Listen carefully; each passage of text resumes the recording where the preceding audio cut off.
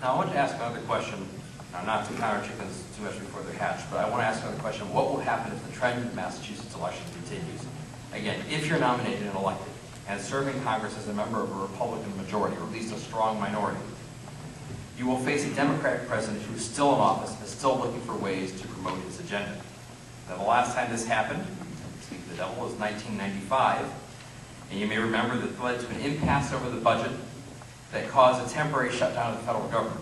President Clinton threatened the Republicans with the idea that if they didn't approve his larger budget, they would be blamed for the government shutdown. Now just taking that as an example of the kind of conflict you have between the Democratic president and a strong Republican bloc in Congress, in such a situation, how would you vote and what would you do? Start with Ms. Morton. I would never go against my conservative convictions. If it's not biblical or constitutional, I will not vote for it.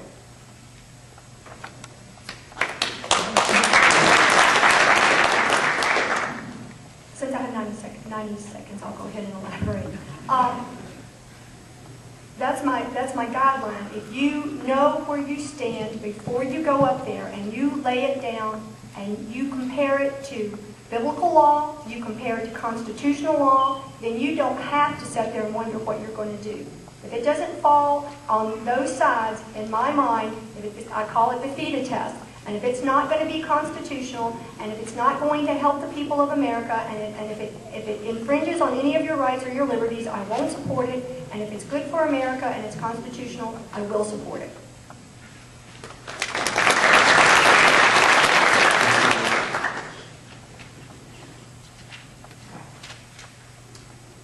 One of our candidates who's not here tonight compromised in a vote like that in 2004.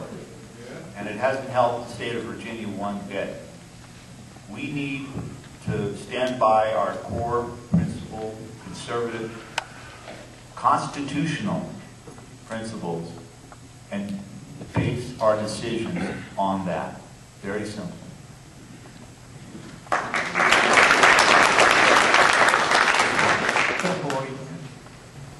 You know, I said in my opening remarks that I'm not new to this. I've been legislating in this county for close to 10 years now, almost a little over 10 years actually.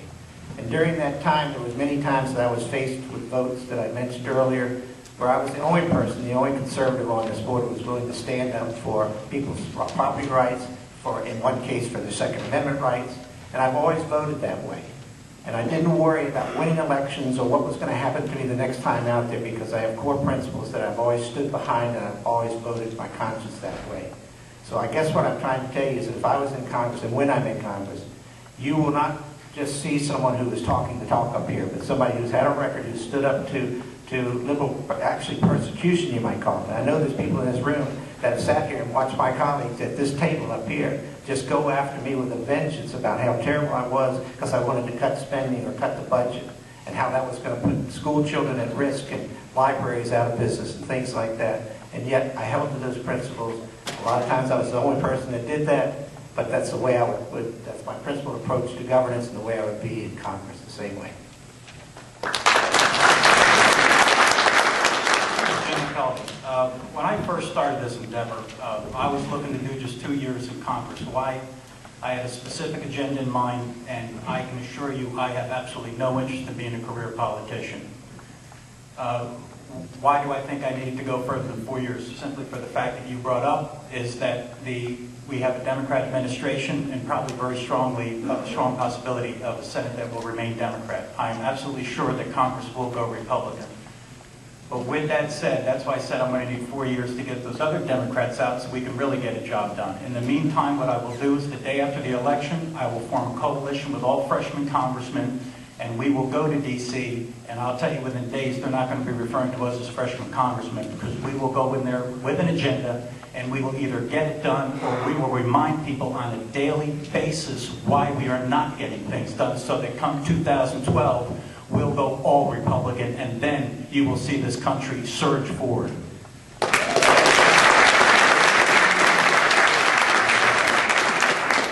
Hi, McPadden.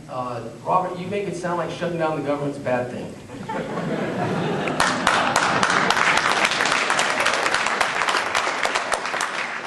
Absolutely, absolutely. We have got to get this budget under control, and we've got to start passing balanced budgets. We're passing this debt onto our children. It's immoral. It's absolutely immoral to do that. Now, we did have a similar situation that Laurence mentioned in Virginia. In 2004, we had Republicans, conservative Republicans, holding the line against the Democrats who wanted to raise taxes by $1.4 billion in our state.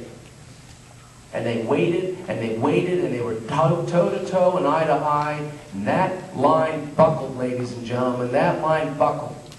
Now, I'm not going to tell you who it was that made that line buckle.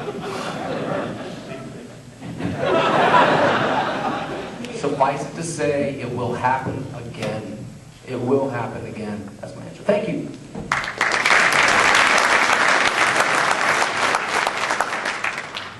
Ferrin, as I understand it, there's really two parts of that question, and if I'm wrong, well, then we'll just make it two parts. Well, what I understand you're asking, how do we make sure we're not in repeat of 94? Also, if faced with a shutdown, what will we do? First part, you're nodding like I may or may not be right. Well, I believe educating conservatism is as important as legislating conservatism, as I said in the beginning. In 94, you had people get elected, you had them take office, and all of a sudden they stopped teaching conservatism.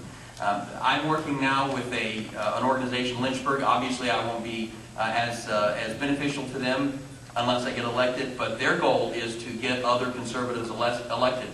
I want to use, yes, my position in Congress to vote for liberty, to vote for conservative legislation, but I also want to work just as hard in getting other conservatives elected.